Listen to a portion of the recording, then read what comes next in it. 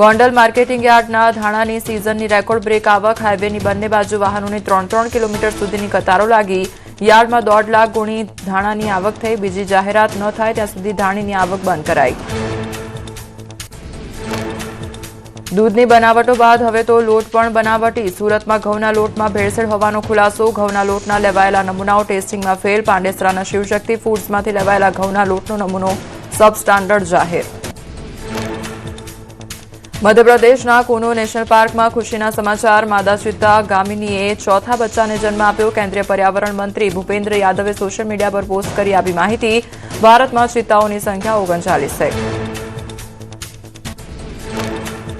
ડાકોરમાં ફાગણી પૂનમ મહોત્સવમાં હજારો શ્રદ્ધાળુઓની સુરક્ષા માટે પોલીસ તૈયાર. લાખો શ્રદ્ધાળુઓની સુરક્ષા માટે 2100થી વધુ જવાનો તૈનાત. ડ્રોન મારફતે રખાશે બાજ નજર.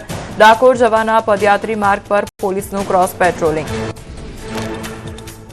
વારાણસીમાં હરિશ્ચંદ્ર ઘાટ પર મસાણે કી હોલીની કરાઈ ઉજવણી અને ડમરૂના નાદ અને હર હર મહાદેવના જયઘોષ સાથે હજારો શિવભક્તો એકબીજાને ચિતાની ભસ્મ લગાવી સ્મશાનમાં રાખની હોળી રમી ભક્તોએ ભગવાન શિવને રીઝવ્યા. અયોધ્યામાં હોળીના ઉત્સવનો વિધિવત પ્રારંભ થયો. હનુમાનગઢીના નાગા સાધુઓએ હનુમાનજીને અબેલ ચડાવી આપ્યું હોળીનું આમંત્રણ. ઢોલ નગારાના નાદ સાથે સાધુઓએ ભવ્ય સરઘસ કાઢ્યું.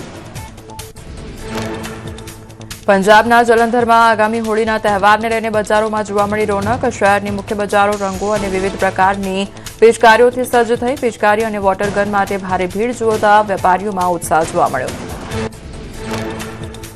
ઉત્તરાખંડની રાજધાની દહેરાદૂનમાં 3 દિવસીય વસંતોત્સવનો ભવ્ય પ્રારંભ થયો. લોકભવન પરિસર રંગબેરંગી ફૂલો પરંપરાગત સજાવટથી ઝળહળી ઉઠ્યું. કાર્યક્રમમાં ફૂલપ્રેમીઓ કલાપ્રેમીઓની ભારે ભીડ જોવા મળી. ઉજ્જૈનમાં પૂર્વ ઉપરાષ્ટ્રપતિ જગદીપ ધનખડે મહાકાલના દરબારમાં શીશ ઝુકાવ્યું. ભસ્મ આરતીમાં સહભાગી થઈ આશીર્વાદ લીધા. પૂર્વ ઉપરાષ્ટ્રપતિએ નંદી હોલમાં બેસીને મંત્રોચ્ચાર સાથે ભગવાન મહાકાલની આરાધના કરી. જૂનાગઢ જિલ્લા ભાજપ પ્રમુખ ચંદુ મકવાણાએ જિલ્લા કલેક્ટરને પત્ર લખ્યો તો પત્રમાં તલાટી મંત્રીની કામગીરી સામે નારાજગી વ્યક્ત કરી. કચેરી સમય દરમિયાન ગેરહાજર રહેતા હોવાની રજૂઆત કરી. પ્રાથમિક આરોગ્ય કેન્દ્રમાં અસુવિધા મામલે પણ કરી રજૂઆત. પાલીતાણામાં આવાસ યોજનાના સરકારી નાણાં પરત માંગનાર મહિલા અધિકારીને ફસાવાનું વિવાદિત કાવતરું. 2 આવાસનો લાભ લેનાર લાભાર્થીએ